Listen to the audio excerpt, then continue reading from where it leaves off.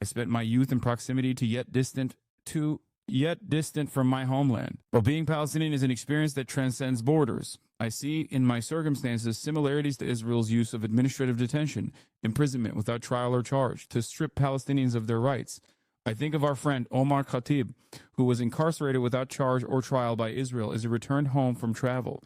I think of the Gaza hospital director and pediatrician Dr. Hussam Abu Safia, who was taken captive by the Israeli military on December 27th and remains in an Israeli torture camp today. For Palestinians, imprisonment without due process is commonplace. I've always believed that my duty is not only to liberate myself from the oppressor, but also to liberate my oppressors from their hatred and fear. My unjust detention is indicative of the anti-Palestinian racism that both the Biden and Trump administrations have demonstrated over the past 16 months as the U.S. has continued to supply Israel with weapons to kill Palestinians and prevent international intervention. For decades, anti-Palestinian racism has driven efforts to expand U.S. laws and practices that are used to violently repress Palestinians, Arab Americans, and other communities.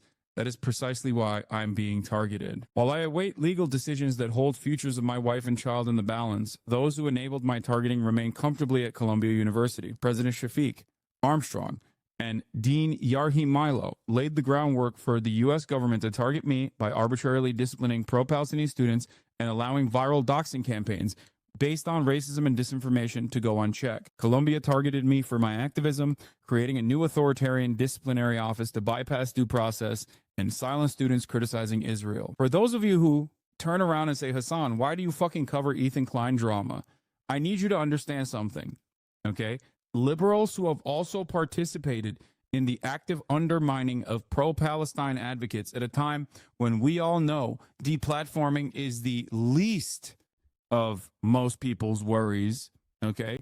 And now there are some various legal repercussions that pro-Palestinian advocates might have to worry about, especially with this idiotic fascist administration. It's not just fucking drama. It's complicity, and it should be called out, okay? That's it. It's petty, irrelevant fucking drama.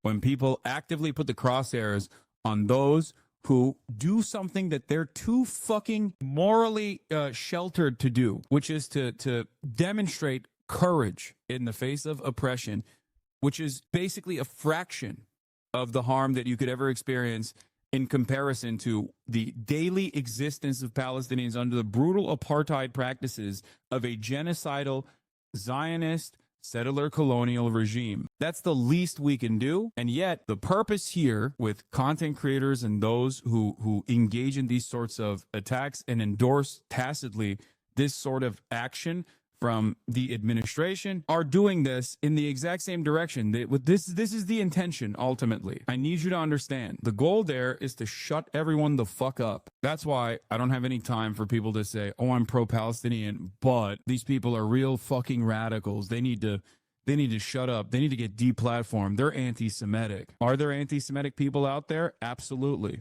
Maybe you should focus your fucking attention on them. Columbia surrendered to federal pressure by disclosing student records to Congress and yielding to the Trump administration's latest threats.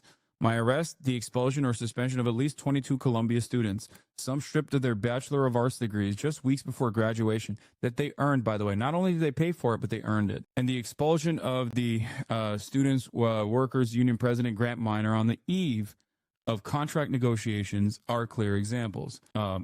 Grant Minor also is Jewish. If anything, my detention is a testament to the strength of the student movement in shifting public opinion towards Palestinian liberation. Students have long been at the forefront of change, leading the charge against the Vietnam War, standing on the front lines of the civil rights movement, and driving the struggle against apartheid in South Africa. Today, too, even if the public has yet to fully grasp it, it is students who steer us towards truth and justice.